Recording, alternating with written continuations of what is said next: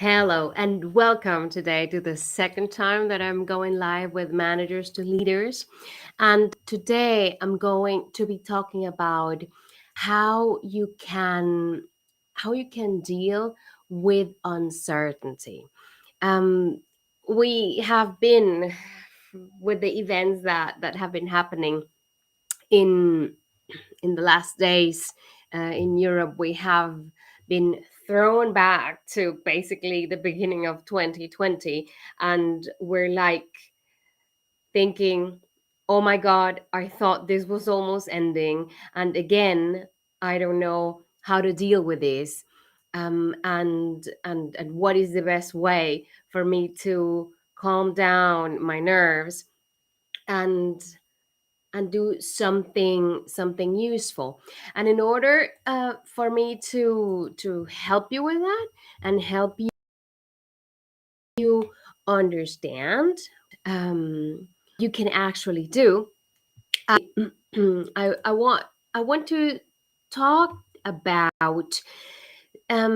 something that is really important to me, and that when I heard about this, it created like a real, oh my goodness, this is so different. This is a different approach um, that helps me calm down my brain. In order to do that, I need to um, share my screen. Wait a minute, I'm doing this for the first time, so I'm gonna need you to be patient with me. Yes, I got it here. Um, Start sharing my screen, and I want you to see. Okay. So, oh, is this working or is this like going crazy? I hope not. All right. So, um, what I want to say here is I want to first start by understanding what is happening in our brains, right? And labeling and identifying what is going on is a really useful technique for managing our emotions.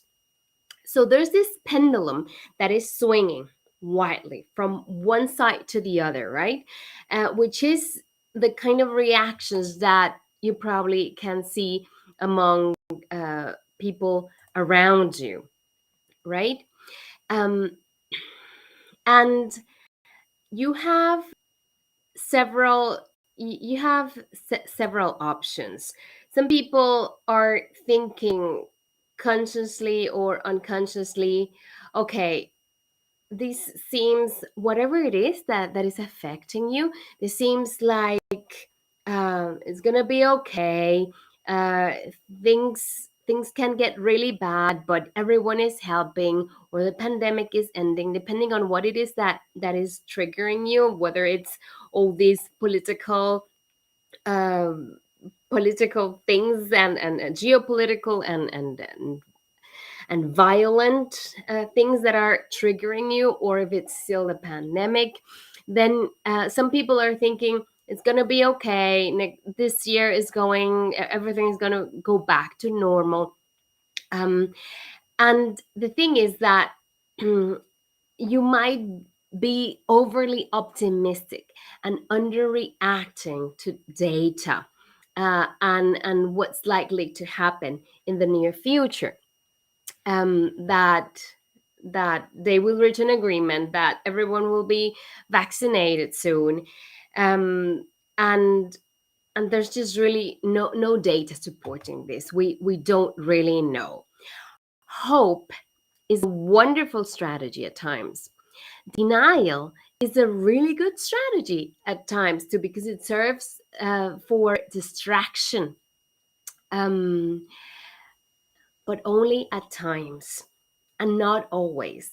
The thing is that Underreacting and being overly optimistic keeps you at a heightened state of alertness, ambiguity, and uncertainty. And making decisions, making decisions, especially good decisions, they don't get made from this place. Let me see if changing something here. No, that doesn't. This is better. Think. Okay. Um, I think that that's a lot better. So good decisions are not made from that place.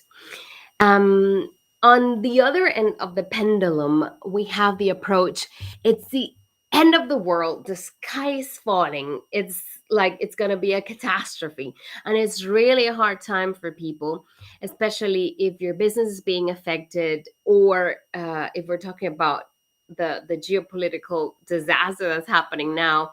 People lives are at stake now, and then people are struggling in so many domains, so they do feel like the sky is falling down for them, and they are catastrophizing. Their mindsets are in a very high threat state.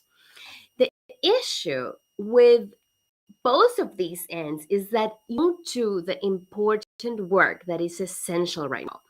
In these two extremes, we don't have the cognitive resources to actually think well.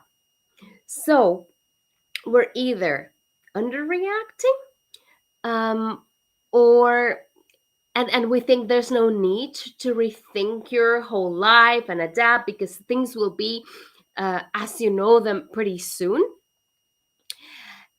Or we are thinking that the cause is lost. So why even start with a plan in the first place, right? And the sweet spot is in the middle, actually. And this is where we have the right mindsets that help us actually scenario plan. And this is what you need to do. We can't predict the future, and we can't really be certain about we cannot be certain about the future, although our brains would really love that. That's because when we're able to when we think that we have things under control, because we don't really have them, we just create ourselves the illusion that we have them. Our brains love that because brains are like prediction machines. Our brains are always looking for what is it that I can predict so that I know how to react to that. And getting to this adaptive mindset is key, and that is the adaptive approach. To me, the most adapting thing to do right now is number one, acceptance of what the situation is, whatever the situation it is that you're in. And the second one is to focus on the positives, to focus on what is working well. So accept whatever situation that it is, that I you lost your job, that there is a war right now in the Ukraine, that you still don't have all the freedom that you want because there are still restrictions where you're living, that whatever it is that you're happening, just accept that. There will be no magic plan to write us out of this pandemic, to write us out of this war. So just, this is going to be difficult what I'm going to ask you to, but just settle into that, accept it, and get to work at making things a little bit better on that assumption that things are not ideal, and working on realistic scenarios that maybe in 1 or 2 months this war will be over, hopefully, or that by the end of the year your life will be similar to what it was before 2020 when the pandemic hit. um so when looking with a realistic scenario, then you start looking a little similar. Then you start looking at things that maybe they will never be like there were before. So try to see how you can get to this adaptive mindset, right? There's a really nice definition of suffering that is spread in psychology, and I find it very useful. Pain is any situation that has a negative impact on you. Most of the time, we cannot control that. Things just happen randomly, and most of them are out of our control, and they don't happen to you. There is no universal force out there aiming to destroy you. That there are some crazy people out there making some crazy decisions.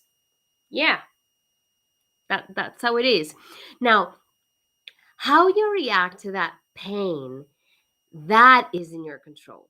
You can choose to resist and spend a lot of energy battling, being angry, disappointed, feeling sorry for yourself, and then you create the suffering. The antidote to resistance is acceptance. When you stop resisting and you accept, the suffering stops. And all that energy and those resources that are in you, they are free now. And they can be steered to think and plan about how to best adapt and observe what is going well and the benefits, the silver linings of the situation that you're in. And this brings me to the Stockdale paradox, which is you must maintain unwavering faith. You can and you will prevail in the end, regardless of the difficulties, and at the same time have the discipline to confront the most brutal facts of your current reality, whatever they might be. So the story goes, and it was actually like that. Admiral Jim Stockdale, he spent 8 years in Vietnam as a prisoner of war camp, without any certainty during that time that he was ever going to come out. He observed that it was either the overly optimistic or the overly pessimistic, the ones who didn't survive. Those who survived had an unusual blend of what he then called a paradox: the firm belief in eventual success, combined with deep acceptance of the harsh reality.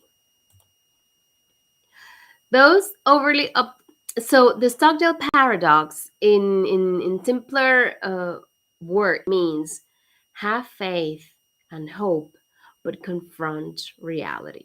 Those overly optimistic who were hoping to be released by Christmas, but Christmas came and went, they were still there.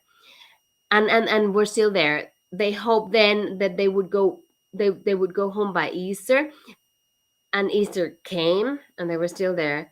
At some point, that hope just went away and they fell apart psychologically. I am convinced that right now, the healthiest strategy is to say, look, things are just crap right now. Whatever's happening in the world, be it the pandemic, be the war in the Ukraine, it sucks. That really sucks. And I didn't really expect that things would be like they are right now in 2022. Like, seriously, come on. Who would have thought this? But this is how it is. And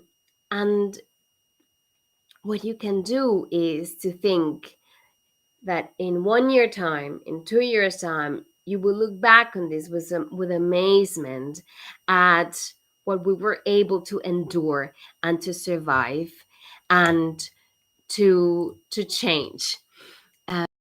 Um, and that there were so many things that we needed to learn, and what is to settle into this. If this is the first time you're hearing this, that this is an approach, my suggestion is that you just let it first sink, And it might take some time, maybe a couple of days, maybe a week, for you to understand and kind of like to assimilate this mindset.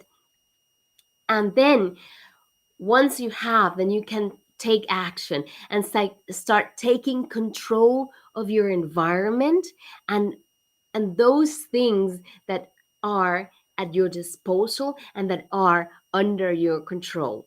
And then you can start seeing the positives and ways to find solution.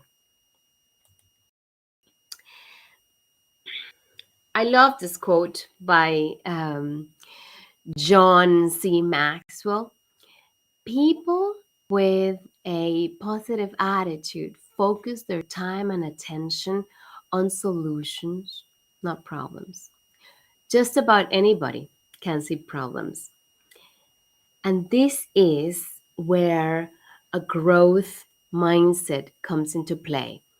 Through all the crises that we're going through, we have to imagine that it's going to eventually get to a better place. The process will be difficult, but we need to move forward. A growth mindset is relevant for performance management. It's what you need to do in order to improve yourself and in order to have faith and hope and get better. And growth mindset is what I'm going to be talking about next Wednesday at 4 Central European Time. So I hope that this was a little bit inspiring for you, and see you next week where I'll be talking about growth mindset.